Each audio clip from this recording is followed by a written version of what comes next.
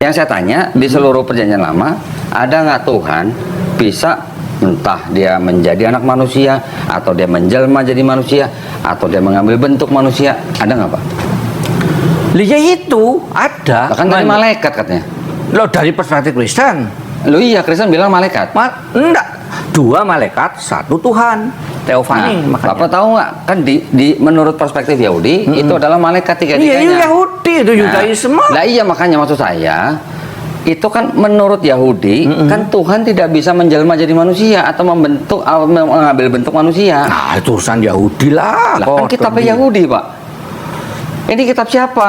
Kitab Yahudi.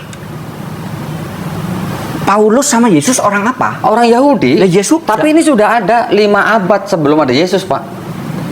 5 abad ada sebelum ada Yesus. Iya. Ya terus kenapa? Persoalannya di mana? Loh ya, jadi kalau begitu yang berhak menafsirkan ini sebenarnya orang-orang yang Yudaisme atau orang-orang Kristen? Ya pada waktu itu Yesus dan Paulus ya Yudaisme dong. Yudaisme. Iya. Paulus Yesus Yudaisme. agamanya apa? Pada waktu itu. Kalau Bapak nanya agama, menurut saya perspektifnya siapa nih? Ya kodon dia aja. Perspektif Islam. Iya. Yesus Muslim, Pak. Ya itu nanti sama aja aku ngomong Iya. bahwa Abraham juga Kristen. Iya, itu perspektif Kristen. Iya. Nah, tadi kan saya bilang kita lepasin dulu nih Pak. Iya. Saya lepasin baju Islam, Bapak lepasin baju Kristen. Jadi kalau Bapak nanya Yesus agamanya apa? Menurut Bapak, orang Yahudi, menurut orang Yahudi apa? dia rabi kok. Betul, rabi. Rabi mana ada rabi Kristen? Betul, rabi Kristen. Iya. Rabi Yahudi. Iya. Terus kalau rabi Yahudi dia agamanya apa? Ya Yudais toh. Apa sih Yudaisme itu? Kapan ada Yudaisme, Pak? Saya tanya. Yudaisme itu apa dulu definisinya? Ya orang-orang yang mengikuti ajaran daripada orang-orang Yahudi. Tanah. Iya, Tanakh. Nah, setuju kan? Setuju. Jadi Yesus dan Paulus justru taat mengikuti Tanakh. Oke. Atau perjanjian lama bahasa Oke. kita. Dan dia punya perspektif yang berbeda dengan Yahudi yang lain. Oke. Kan gitu. Sekarang. Dong akhirnya Nikodemus bertobat kok Oke. dalam sejarah. Sekarang kalau begitu, Pak, Ya. Yesus pernah nggak mengatakan dia membatalkan Taurat? Yesus tidak pernah mengatakan membatalkan Taurat. Paulus Dia pernah nggak hanya- mengatakan? Nah, sekarang kita definisikan dulu. Taurat itu apa? Ya ini hukum mungkin termasuk yang 613. Nah, lain. Apa coba? Lain. Kalau Kodoni nanti baca istilah Taurat atau nomos atau Torah itu memiliki banyak sekali sesuai konteks.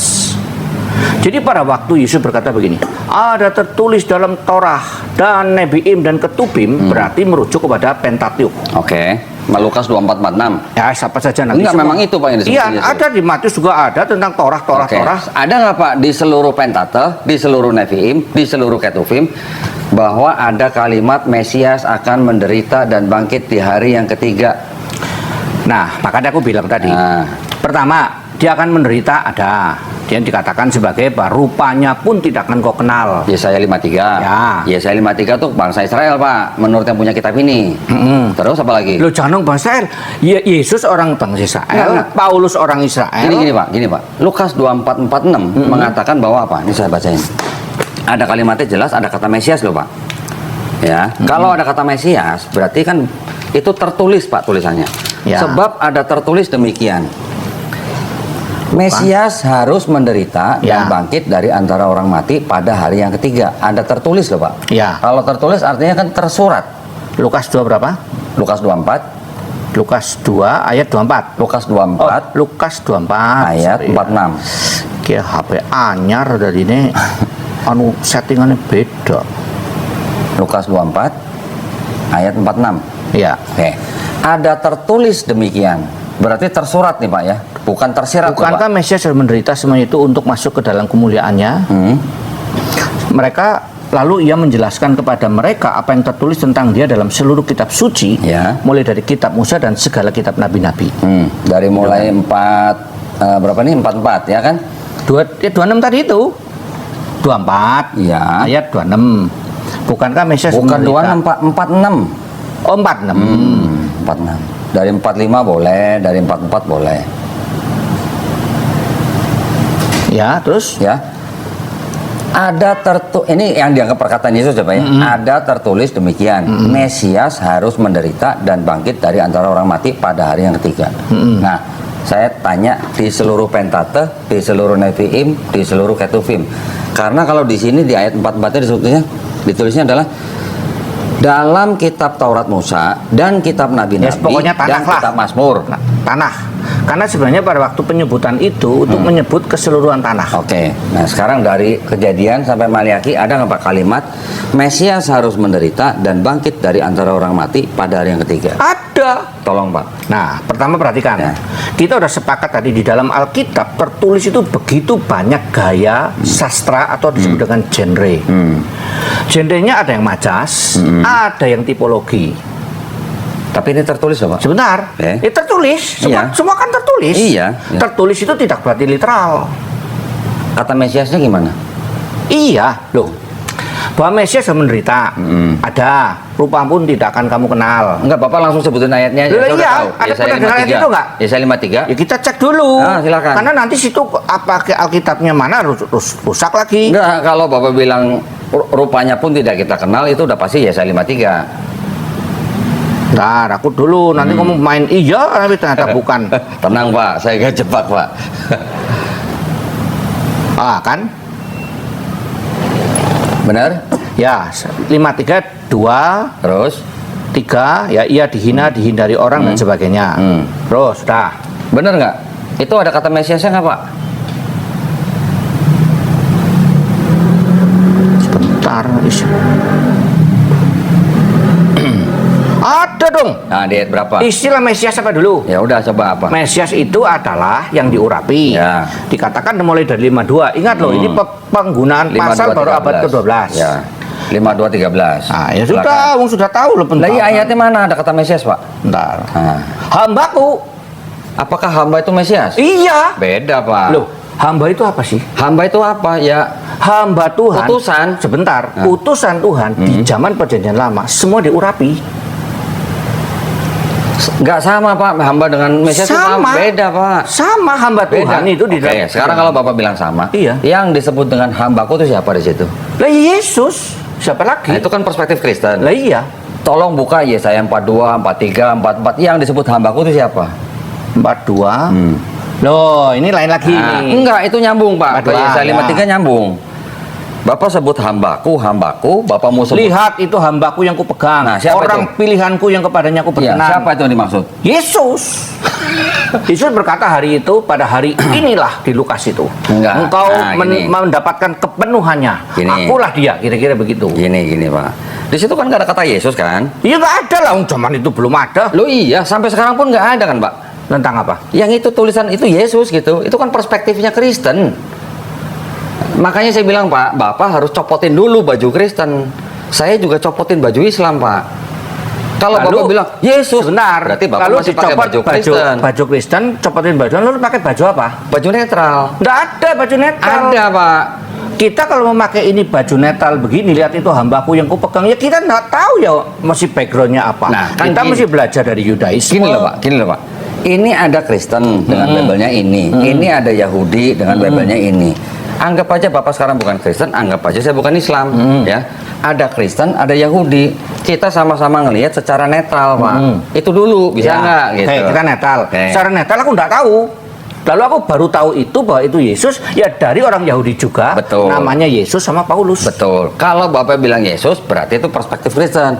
Kalau bilang itu Yakub atau Israel, itu berarti perspektif Yahudi. Jadi, berarti ada dua perspektif yang berbeda nih. Jadi mau ikuti Yahudinya Paulus atau ikut Yahudinya yang menyalibkan Nah, Yesus? sekarang kita dari sini berangkatnya dari gini dulu. Kita kembali lagi, ini kitab siapa? Kitab Kristen Kitab atau Yahudi. bukan? Kitab Yahudi. Kalau Bapak bilang Paulus, tadi saya tanya Bapak belum jawab. Di mana ada Yesus membatalkan hukum Taurat? Tidak ada. Tidak ada. Bagaimana ceritanya Paulus bisa membatalkan hukum Taurat? Karena kata nomos yang dimaksud oleh Paulus bukan Taurat dibatalkan, tetapi menggugurkan pemisah. Menggugurkan Efesus. artinya Dia menggugurkan pemisah. Gini loh, gini kalau ceritanya. menggugurkan artinya membatalkan bukan Pak? Menggugurkan pemisahnya. Taurat bukan lagi sebagai pemisah, tetapi Taurat gini loh ya. Di zaman itu kan kita sudah sepakat tadi sama-sama di depan bahwa di luar orang yang memegang Taurat atau Yahudi gitu ya, itu disebut anjing. Setuju nggak? Tadi itu kan. Betul. Nah, jadi yang menjadikan seseorang anjing atau bukan itu siapa? Ya Taurat. Bahasa kuliah ya, ini bahasa kasar ini. Nah, ini nih Taurat ini yang menjadikan pemisah, yang harusnya bukan. Karena nanti ada bagian lainnya akan menyatakan bahwa Taurat itu untuk seluruh manusia.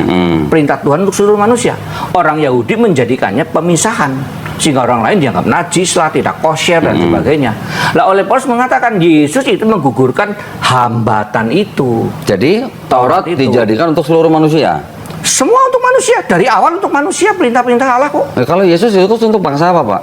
Yesus secara manusia diutus untuk bangsa Yahudi, artinya dia berkarya di sekitar Yahudi. Terus? Lalu setelah dia mati, selesai, aku udah selesai, tetelestai, di kayu salib berkata, sudah selesai. Lalu dia berkata, sekarang seluruh kuasa di seluruh alam semesta jagat raya. Sebenarnya kata seluruh kuasa diberikan kepadaku, kalau merujuk kepada Kejadian 1 ayat 1, Eretz dan Samayim, itu bicara dunia roh dan dunia materi. Jadi berkata, aku udah menang, selesai semua, istilahnya gitu, tugasku selesai, maka beritakanlah Injil ke seluruh dunia, ajar mereka, baptis mereka. Jelas kan? Matius 28:19. Iya. Ayat sisipan, Pak, itu, Pak. Sisipannya siapa? Ada. Saya bisa bacain semua catatan bahwa itu adalah ayat sisipan dari Kata Romawi. siapa? Banyak, Pak. Saya bisa tunjukin.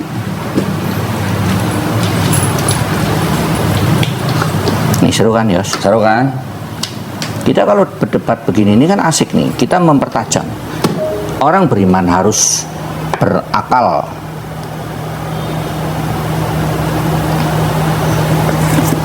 Kardinal Ratzinger, Pak. Nih. Halaman 82. The text comes from Rome. Saya masih bisa kasih lagi puluhan catatan bahwa itu adalah sisipan.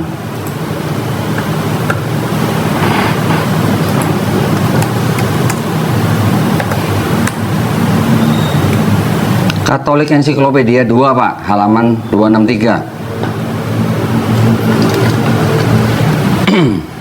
Saya kalau beli mahal banget sih Katolik Ensiklopedia. The baptismal formula was changed from the name of Jesus Christ to the words Father, Son, and Holy Spirit by the Catholic Church in the 2nd century. Ini baru satu ya, Pak ya? Dari sekian banyak. Nih. Dari kalangan Kristen semua loh, Pak, ini bukan dari kalangan yang lain loh. Kristen apa? Kristen kan banyak tadi yang kita ngomong tadi. Saya tadi sebutin, Pak, Katolik Ensiklopedia. Ya, ngomong apa? The baptismal formula was changed from the name of Jesus Christ to the words Father, Son, and Holy Spirit by Catholic Church in the 2nd century. Sekarang 66 surat yang Bapak pakai di dalam kitab Bapak, itu sama nggak dengan 66 surat dalam Katolik punya? 66 surat di dalam Katolik. 66 surat yang Bapak pakai di dalam kitab Bapak ini LAITB 1 atau TB 2, 66 surat kan, Pak? 66 kitab. Iya, seluruhnya surat. PL dan PB dong. Iya. Oke. Sama. Kalau di kami kalau surat itu surat Paulus, surat Petrus. Oke. Saya mungkin sebutnya harusnya Oke, kitab. kitab ya. Kalau surat istilah Islam nih, Pak. Ya, boleh. Kalau boleh. saya sebut 66 kitab Bapak di Ya. dalam LAITB yang Bapak pakai, sama nggak dengan 66 yang ada di Katolik, Pak? Harusnya sama. Sama. Berarti kalau sama, nih Katolik yang ngomong nih, Pak, bahwa yang menyisipkan itu Catholic Church di 2nd century. Bapak boleh cek.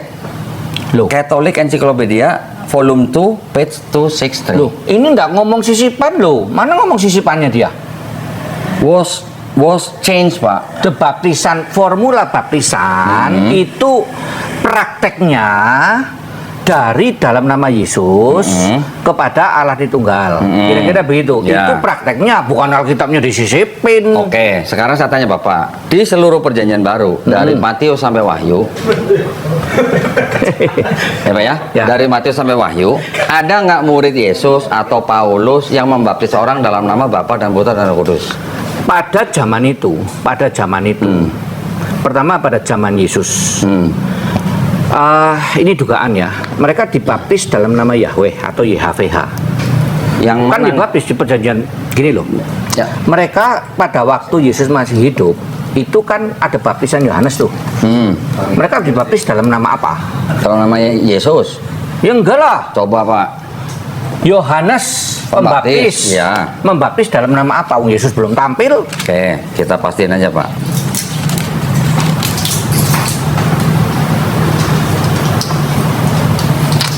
Ketika Yesus ngomong, karena itu pergilah. Itu enggak? Mana dalam nama Yahweh, Pak? Bukan. Ini kan namanya tafsir. Aku udah bilang dari awal. Gimana tadi yang apa? Ini kita bahas apa dulu nih?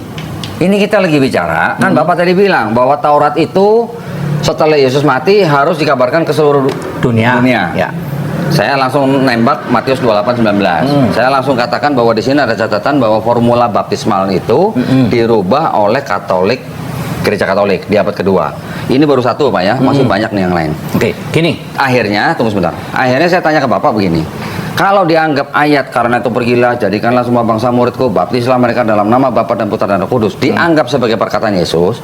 Saya tanya Bapak, itu kan berarti kan Yesus ngomong itu sebelum Yesus diangkat.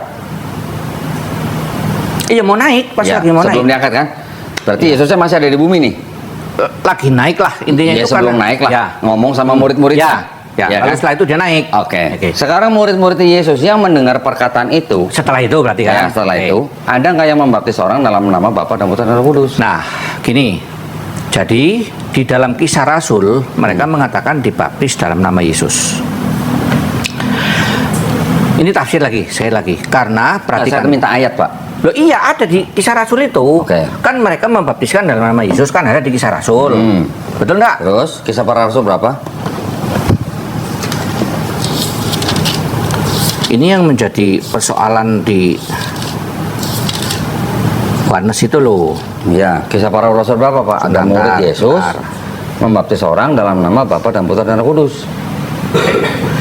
Kisah Rasul 2:38 dulu. 2:38. Ini dalam nama Yesus dulu, aku udah ngomong, aku kan bilang enggak ada. Aku cerita Oh, dulu Bapak nih. tadi belum bilang nggak ada.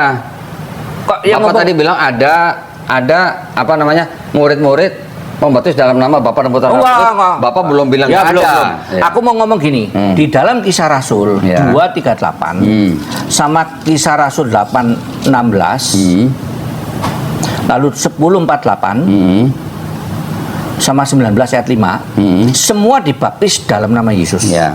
Ya, itu dulu nih. Ya. Nah, sebenarnya ini kan kisah sejarah. Dibaptis dalam nama Yesus tidak berarti begini. Hari ini aku baptis kamu dalam nama Yesus, tidak berarti seperti itu. Berarti gimana? Mereka dibaptiskan ke dalam baptisan yang Yesus minta. Terus Ke dalam baptisan tanda petik versi Yesus. ayatnya Pak. Lah ya itu, kasihan tidak ada memang nggak ada. Nah, berarti kan nggak ada. Memang nggak ada. Nah, berarti seluruh murid-murid Yesus yang mendengar perkataan Yesus baptislah dalam nama Bapa dan Putra dan Roh Kudus, mereka tidak membaptis orang dalam nama Bapa dan Putra dan Roh Kudus. Tidak tahu. Karena tidak ada. Enggak, saya tidak minta berarti. ayatnya. Tidak ada. Nggak ada. Kalau tidak ada Paulus ayat, pernah nggak Pak membaptis orang dalam nama Bapa dan Putra dan Roh Kudus? malah Paulus kayaknya tidak ngomong membaptis dalam nama siapa loh. Nggak ada juga. Memang nggak ada. Ya. Bahkan dalam nama Yesus juga nggak ada. Berarti kalau di seluruh perjanjian baru, murid-murid Yesus yang mendengar perkataan itu tidak pernah membaptis orang dalam nama Bapa dan Putra dan Roh Kudus. Paulus pun demikian. Berarti kan kemungkinan ada dua Pak. Apakah murid-murid itu tidak taat kepada perintah Yesus, atau memang benar itu sisipan? Gitu. Ada kemungkinan ketiga. Apa coba? Mereka melakukannya tapi tidak ditulis. Oh, berarti itu asumsi. Lah ya semua juga asumsi. Loh iya. Lah, situ juga Apakah- asumsi. Loh enggak, saya berdasarkan logika. Saya juga pakai logika. Karena diperintahkan. Loh, Karena ada kalimat. baptiskanlah mereka dalam nama Bapa, Putra dan Roh Kudus. Ya. Oke. Tidak pernah di dalam Alkitab itu ditulis begini. Hari ini aku membaptiskan engkau dalam nama Yesus. Itu tidak ada juga. Itu semua berita. Kalau murid-murid indirect. Yesus, ya Pak ya, semuanya membaptis dalam nama Yesus. Ada ayatnya. Gini loh. Nah. Tahu enggak indirect speech dengan direct speech? Oke, jelaskan. Nah, indirect speech itu ini contohnya gini ya. Kisah Para Rasul 2:38. Belum nih. Tadi udah. Ya. Terus? Baiklah engkau memberi dirimu dibaptis dalam nama Yesus. Ya. Oke. Terus? Kisah Rasul 8:16. Karena mereka hanya dibaptis dalam nama Yesus. Ya. Terus? 10:48. Dibaptis dalam nama Yesus. Semuanya adalah kalimat berita Ya. atau indirect speech. Ya. Jadi kalau mencari kata di mana dicatat Paulus kemudian hari ini aku membaptiskan kau dalam nama Yesus, itu pun tidak ada. Gitu loh. Sehingga tidak bisa dikatakan bahwa semua dibaptiskan dalam nama Yesus seperti itu. Perhatikan saya bilang tadi, ini kalimat berita gitu loh. Ini kalimat berita yang menceritakan mereka sedang dibaptis. Tapi formula seperti yang hari ini itu tidak ada. Iya. Memang tidak ada. Justru itu, makanya dari situ karena nggak ada, makanya jadi saya menggunakan logika saya. Berarti kemungkinannya murid-murid itu tidak taat kepada perkataan Yesus, Bisa. atau itu memang letter development. Bisa, atau yang ketiga mereka lakukan tapi tidak dicatat. Kalau tidak tercatat berarti itu sayang sekali, Pak. Ya, karena itu bukan Ya, persoalan. ini Catholic University of America in Washington 1923 New Testament Studies nomor 5 mengatakan bahwa formula itu adalah letter development. Loh, ingat loh, formula loh. Formula letter development, misalnya kayak Tritunggal. Kalau ditanya, ada nggak kata Tritunggal? Ya nggak ada. Nggak ada kata ya kan? Nggak, saya nggak minta kata Loh, Tritunggal enggak, dalam sebentar, Bible. aku lagi mencari analogi yang sebenarnya Ya, di situ. ya. Nah, gereja itu kan ada pentarki tadi itu kan, perkembangannya kan begitu banyak. Mereka punya metode masing-masing. Karena Alkitab itu tidak pernah misalnya nyanyian harus pakai nada mayor semua, nggak boleh pakai minor, juga tidak ada. Jadi semuanya itu punya dinamika yang bagi kami itu tidak ada persoalan. Sayangnya gini, Pak. Sayangnya sumber hukum di dalam Kristen kan Bapak pakai cuma ini doang. Ya, Di bawah ini apa, Pak? tidak ada. Nggak ada. Nah, karena di sini nggak ada, berarti di luar daripada ini itu adalah development. Bukan development, Apa? penafsiran. Manajemen. Ya iya, Penafsiran. ya development Ya, itu semua penafsiran. di dalamnya bisa termasuk tafsiran, Pak. Iya. Development. Loh, penafsiran itu penafsiran. Al-Qur'annya ditafsirkan, Betul. agama Buddha yang menafsirkan kitabnya masing-masing. Betul. Ya sudah. Betul. Persoalannya Nah, di mana? ya persoalan ini adalah letter development menurut kalangan Kristen sendiri. Letter development itu bukan mendevelop dengan cara menyisipkan Alkitab. Dibilangnya was change, Pak, in second century, Pak. Berarti Was kalau change formulanya, bukan Iya. Alkitabnya. Iya, kalau was change by Jesus.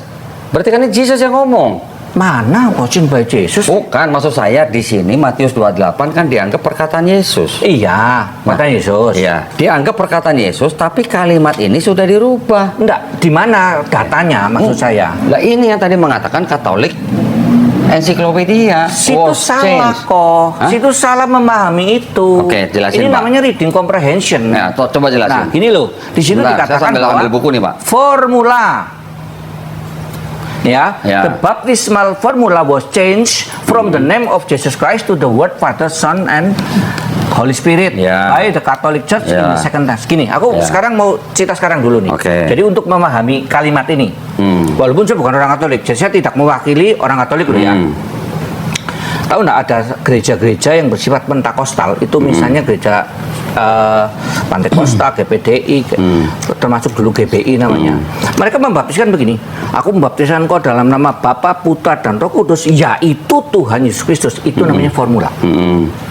Nah, formula itu diambil dari mana?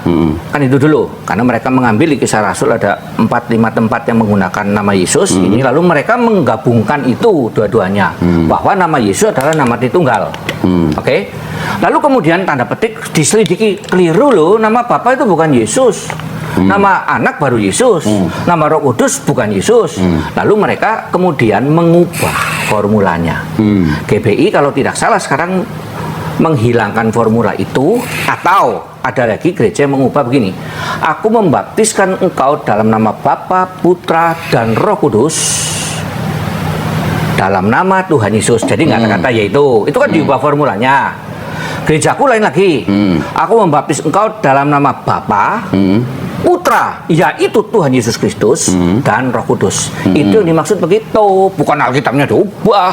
Oh, di Alkitab diubah gimana urusannya? Loh, ini sekarang contoh, Pak. Punya Matiusan dalam bahasa Ibrani nggak, Pak? Hah? Punya Matiusan dalam bahasa Ibrani nggak? Ya ini interlinear aku Nah, coba. punyanya. Enggak, itu kan nih, ini yang punya Semtov nih, Pak. Oh, Matius dalam bahasa Ibrani. Iya. Oh ya kita nggak mau terima. Karena Matius dalam bahasa Ibrani itu terjemahan dari Yunani ke Ibrani. Dari Yunani ke Ibrani. Ini yang punya Semtov nih, Pak. Lah Semtov kenapa? Masalahnya di mana? Ya, Semtov enggak, itu ini siapa? hanya referensi aja. Hanya referensi aja. Bentar, ini Matius 28. Saya selalu nanya dulu, siapa dia? Nah, silakan baca itu belakangnya atau depannya. George Howard ya. Joshua itu penyusunnya, penerjemahannya. Semtov itu siapa? Rabi. Loh ya rapi dia. Aduh. Ini kan bilang tadi. Bapak udah pernah baca netral. Eusebius belum? Tulisannya Eusebius tentang Matius 28:19. Yang gimana dulu? Nah. Aku buku tuh banyak Ya, sekali iya, kok. oke. Aku kenapa 13 tahun tuh karena baca buku udah sampai yang Oke. sejarah-sejarah pun untuk baca. Ya. Eusebius sendiri juga tidak pernah menyebut Bapak Putra dan Roh Kudus, Pak. Eusebius. Siapa ini? Bapak gereja. Iya. Iya. Terus bicara tentang Dia mengutip Matius 28:19 tidak pakai Bapa dan Putra dan Roh Kudus. datanya aja. Kita bicara data lah. Susah Ya, kalau ngomong makanya. kutip ini, kutip itu ya pusing lah Oke, kita. kalau gitu apa Bapak membaca semua atau saya Nah, kirim ke Bapak kutip aja? kutip aja. Ini Eusebius nih Pak. Eusebius was a church historian and bishop at Caesarea. On page 152, Eusebius quotes the early book of Matthew that he has in his library in Caesarea. According to this eyewitness of unearthed book of Matthew, that could have been the original book of the first copy of the original Matthew, Eusebius informed us of Jesus' actual word to his disciple original text of Matthew 28:19. With one word and voice he said to his disciple, "Go and make disciple of nations in my name, not in Terus? Father, Son, and Holy Ghost." Nah, perhatikan. Nah. Dia kadang begitu kan? Ya. Sekarang harus kita cari teks yang mengatakan begitu. Jangan ngomong dari Eusebius. Loh, iya. Sekarang yang Bapak terima kan cuma ini. Lah iya makanya. Nah iya, kan berarti patokan Bapak kan ini terakhir. Iya. Nah, apakah Bapak pelajarin yang tulisan-tulisan Bapak kerja Dia sebelumnya? pelajari. Nah, ini kata Eusebius. Tapi Eusebius itu kemudian kita tidak sekedar gini, misalnya gini. Kami dari Calvinis itu percaya Agustinian, Agustinus. Tetapi kami tidak menerima semua Agustinus punya. Oke. Bahkan saya Calvinis. Hmm. Saya tidak menerima semua yang Calvin ngomong. Hmm. Katakanlah mungkin 70-80% susah karena nggak bisa didetailin kayak 613 gitu yang diterima mana gitu enggak. Artinya begini, apapun yang Bapak gereja ngomong, kita cari teksnya, simpel aja. Nah, itu tadi saya udah kasih Eusebius. Ada lagi nih Pak. The Anchor Bible Dictionary, volume 1, 1992, halaman 585.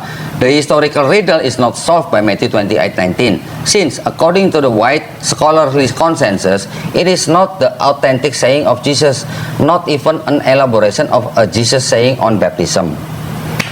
Bapak boleh catat. Iya tahu aku Ya. tahu udah Nggak, itu gini. pelajaran dasar itu mah. Oke. Oh. Kalau Bapak ini anggap ini pelajaran dasar, Iya. berarti Bapak udah baca bukunya.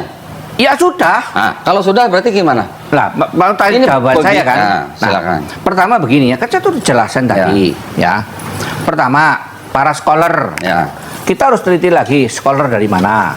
Kalau scholarnya yang liberal, ya kita langsung ya cukup tahu lah. Oke. Kita nggak perlu komentar. Oke. Lalu kemudian kalau di Eusebius, kita kan cari Eusebius ngambil dari mana. Katanya Bapak udah baca. Loh iya, Eusebiusnya. Enggak, tulisan Eusebius tentang Iya ini. dibaca sudah. Oke. Saya ambil Eusebius ngambil teks dari mana, Pak? Iya itu makanya. Dari mana? Ya belum tahu. Loh, katanya Bapak udah baca. Loh, baca Eusebius. Oke. Tapi teks yang dikutip Eusebius yang mana? Bapak nggak tahu ambil dari mana? Iya, Nah, itu yang saya gitu. maksud. Oke. Sehingga tidak seluruhnya kita langsung telan mentah-mentah. Oke. Itu satu dulu ya. Oke. Terus? Saat gini, persoalannya ada satu dari Kodoni tahu nggak? Kodoni ambil seluruh sumber yang melawan. Enggak. Bentar dulu, Oh, enggak, sebentar dulu. enggak, jangan salah, Pak. Enggak. Terus. Seluruh sumber yang melawan, sehingga Kodoni selalu akan mengambil oposisi di situ. Enggak juga. Kodoni tidak pernah membaca dari sumber yang tanda petik membela. Enggak juga, saya baca Pak yang membela. Saya sampai beli buku tafsirnya Raymond E. Brown. Oke, benar ya. Terus? Sekarang bagaimana dari? Sorry Pak, itu Bapak lihat buku yang berjajar di belakang itu? Ya, iya, itu iya, tafsirnya Kristen tuh Pak. Ya. Saya baca. Nah, terus? jadi gini.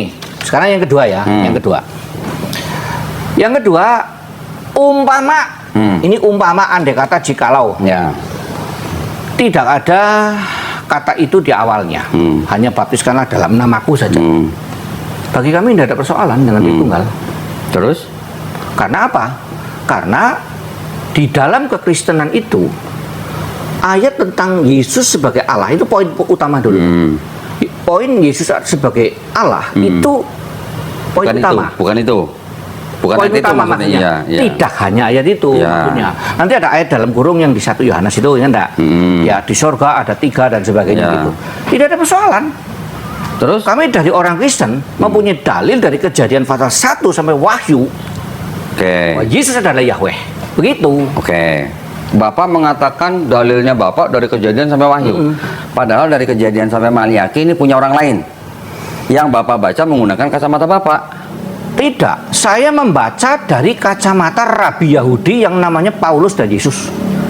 Nah, sekarang pandangan Rabi Yahudi terhadap Perjanjian Lama itu sama nggak dengan Rabi Yahudi yang lain?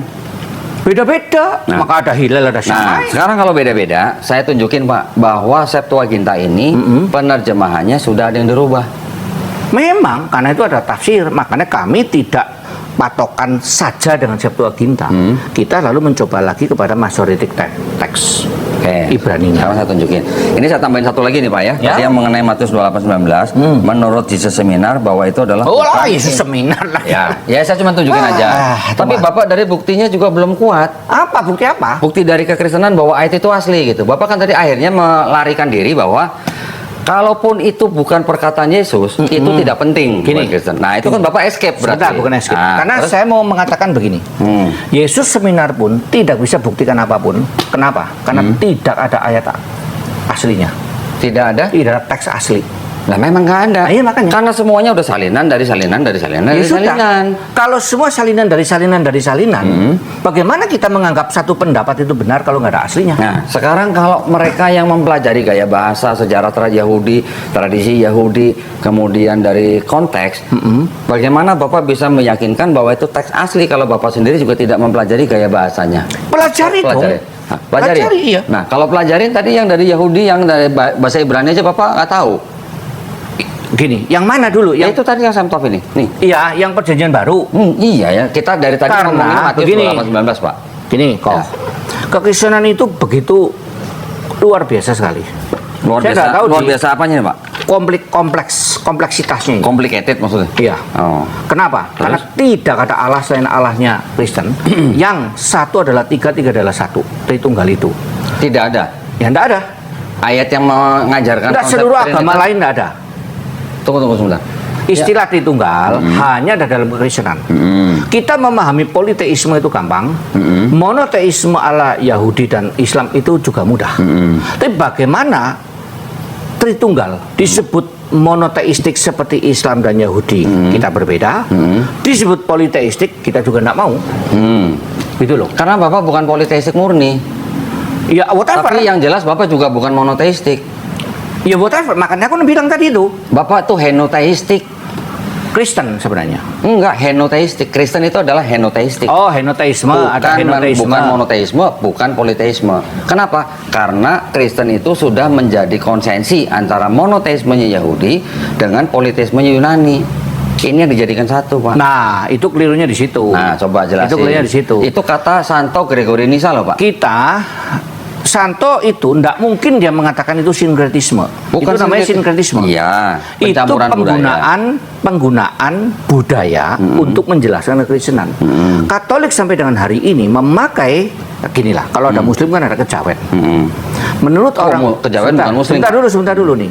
Karena saya dulu juga kejawen. Oke, tapi kejawen bukan muslim, Pak. Ya itu menurut orang muslim, menurut kejawen ya mereka muslim, bagian Ya. dari muslim. Itu kan masing-masing perspektif. Mirip gitu maksudnya gitu. Itu disebut dengan inkulturasi. Ya.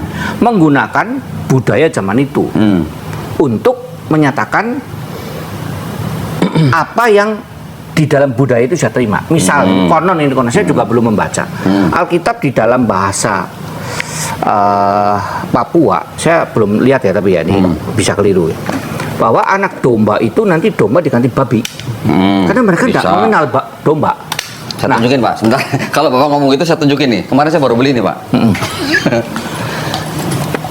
Ini bahasa ya, Pak ya. Ini masalah bahasa masalahnya.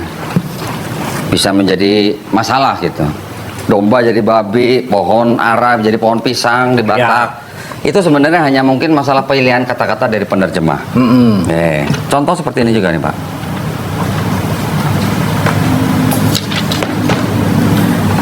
Ini burung apa, Pak? Dan lak-lak dan kuntul sejenisnya dan iya. Ya. Ini bahasa nih, Pak ya. Saya Iya, bukannya makanya. mau Iya. ngolok-ngolok nih. Ini burung apa nih, Pak? burung Burung apa, Pak? dan lak-lak dan Apa, Pak? kontol. Oh, kontol. Ya. Ya ini bahasa. Ya, makanya. Saya nggak menyalahkan, ini Iya, bahasa. makanya. Iya. Nah, Jadi terus tadi yang kayak Pilo itu ya menggunakan istilah logos. Itu kan memang di dalam zaman itu.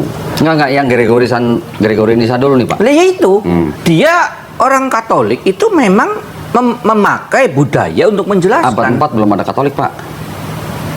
Kan petarki. Nah ini berkembang lagi. Loh iya. Kalau ngomong abad 4 belum ada Katolik, orang Katolik akan marah. Karena Whatever. menurut mereka ya gitu. Iya, whatever. Tapi kan pecah sama Ortodok baru 1054 Pak. Karena menurut mereka gereja Katolik itu sejak Yesus mendirikan di atas Petrus itu. Bahkan ada yang bilang sebelum Masehi pun udah ada sebutan Katolik yang dipakai oleh kerajaan Romawi. Ya itu makanya itu tapi aku bilang, istilah. Tapi maksud saya kalau Bapak bilang Santo Gregory Nisa itu pasti orang Katolik belum tentu benar. ya oke lah itu Bapak Gereja lah ya. Ya. Kita sebut sebagai Bapak Gereja. Ya Ya. Bapak Gereja pada zaman itu dia mencoba menjelaskan bahwa ada background dari Helenisme itu. Mana nggak ada background mana ada agama yang tidak memakai budaya zaman itu. Di Bukan daerah berarti- situ. Iya. Di daerah Mediterania. Betul kan Pak? Maksudnya di daerah Mediterania. Kan Bapak bilang tidak ada agama yang menggunakan budaya itu. Budaya apa nih? Maksudnya gini loh.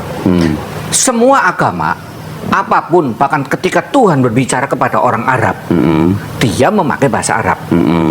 Kepada orang berbahasa Yunani, maka dia berfirman melalui bahasa Yunani. Iya. Itu loh maksudnya Iya, begitu. iya, iya. Terus? Tetapi tidak berarti imannya itu adalah iman mereka yang digabung sama sini, gitu. Nah, nggak digabungnya gimana Pak? Ya iya Alkitab aja, Karena udah simpel. Karena tidak hanya budaya Helenisme Yunani, tapi juga ada paganisme Romawi. Ya itu sih segala tuduhan sih Oh enggak tuduhan Pak. banyak sekali. Enggak, Ya itu enggak tuduhan dong, kita nggak pernah ngaku kok. Nah, sekarang kalau nggak ngaku, bagaimana ceritanya Tuhan itu bisa punya 3 pribadi Pak? Lah, karena di Alkitab menyatakan bahwa ada Bapa yang di surga, ada Yesus, lalu ada Roh Kudus, simpel aja. Dan kita tanda petik secara manusia kesulitan untuk menyebut satu entitas ini dengan bahasa apa untuk Nah. menyatakan 3 keberadaan ini Ketika yang kekal. ketika Bapak mencoba menyatukan ketiga pribadi itu dalam satu entitas, nah itu dasarnya kan harus ada latar belakangnya Pak. Alkitab. Bukan, maksud saya dari latar belakang yang lain. Seperti tadi apa? Helenisme Yunani, paganisme Kalau Helenisme Romawi. Yunani ya harus politeisme. Betul. Helenisme Yunani itu memang politeisme tapi juga henoteisme, Pak. Ya, memang ya. Nah. Nah, jadi gini. Kalau saya wong orang Kristen, ya, mau tidak mau ketika diomongin, oh ini sinkretisme antara Helenisme, ya silakan. Nah. Orang non Kristen tentu akan menyebut Kristen sesat dan seperti Oke. halnya nih perhatikan dulu. Saya mengatakan bahwa orang Islam menyembah Dewa Mekah. Setuju enggak? Dewa siapa nih, Pak? Allah Subhanahu wa taala itu nama Dewa Mekah. Nama yang mengkonotasikan Allah adalah Dewa Mekah itu siapa? Ya banyak sekali pokoknya enggak, bukan orang. kapan waktunya? Lah ya situ Nah, nanti kita harus lihat penjelasan timeline-nya panjang. nih, Pak. Nah, Timeline-nya. iya makanya. Sebelum Nabi Muhammad SAW menerima Quran, orang-orang Quraisy itu sudah menggunakan kata Allah sebagai nama dewa. Nah, berarti orang Quraisy nih, orang Quraisy yang belum terima Quran. Ketika Quran diturunkan, itu dibersihkan. Allah adalah Tuhan yang Maha Esa. Nah kan, Nah, artinya kan sinkretisme. bukan, Iya. bukan. Nah, itu kan situ bukan. Menurut Enggak saya gini, iya. saya jelaskan. Yang sinkretisme adalah bangsa Quraisynya, Pak, bukan orang Islam. Quraisy sinkretisme apa? Wong belum ada. Loh, kan orang Quraisy yang menyebut Allah itu dewa bulan atau dewa di Mekah. Itu orang Quraisy, suku Quraisy, bukan orang yang sudah menerima Quran. Ya, kalau Islamnya- Quraisy, kalau versi Islam tentu adalah pagan. Iya. Nah, kan gitu sama. Betul, betul. Maka saya Tapi juga yang sana juga sinkretismenya orang Quraisy, Pak, bukan orang Islamnya. pagan. Lah orang Quraisy sinkretisme apa dengan apa? Loh, tadi Bapak bilang Allah adalah nama dewa Mekah. Nah itu kan Quraisy. Iya. Ya, itu politeis mereka. Iya, itu Pagan. sinkretismenya itu yang Quraisy. Tapi yang orang Islam yang telah menerima Quran, itu sinkretisme dengan apa? Ya dengan Quraisy. Enggak. Karena memakai sinkretismenya kata gimana? Allah itu.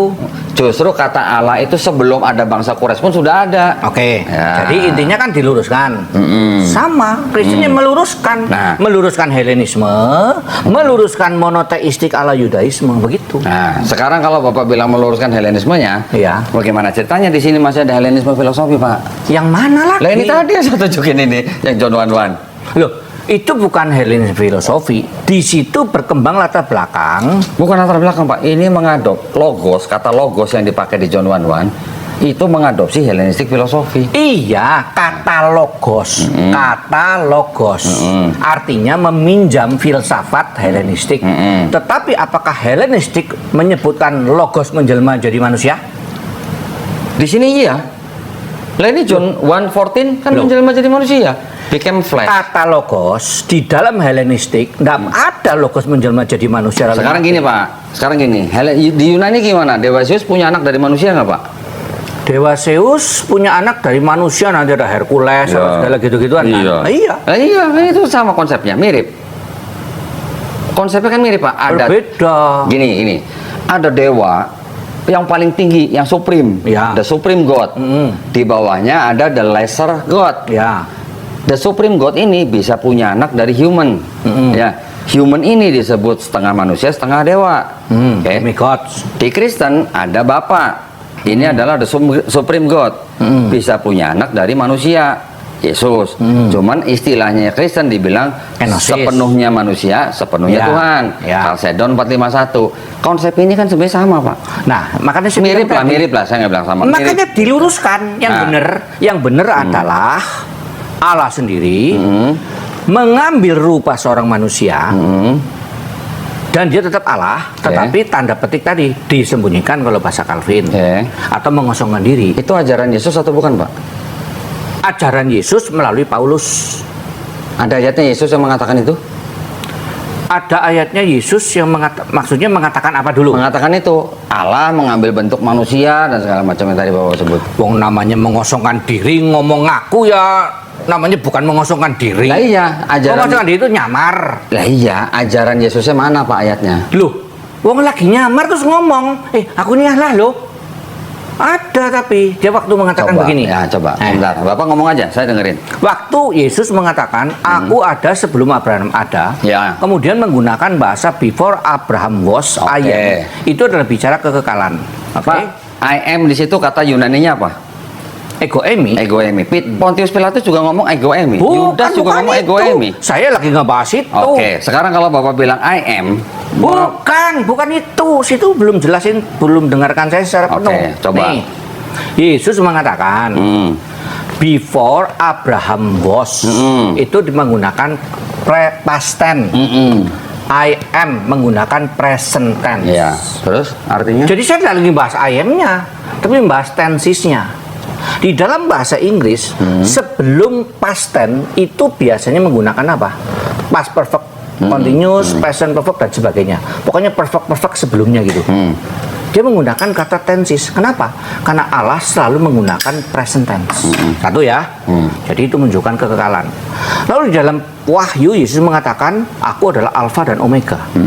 Yang terdahulu dan yang terkemudian. Yang awal dan yang akhir. Itu diakui oleh Yahweh. Akulah Yahweh yang terdahulu dan terkemudian. Ya. Diakui oleh Yahweh di mana? Perjanjian lama Yesaya. Jadi Terus, jelas yang mengaku Yesus, yang boleh mengaku kekal itu tentu Yahweh atau Elohim. Terus.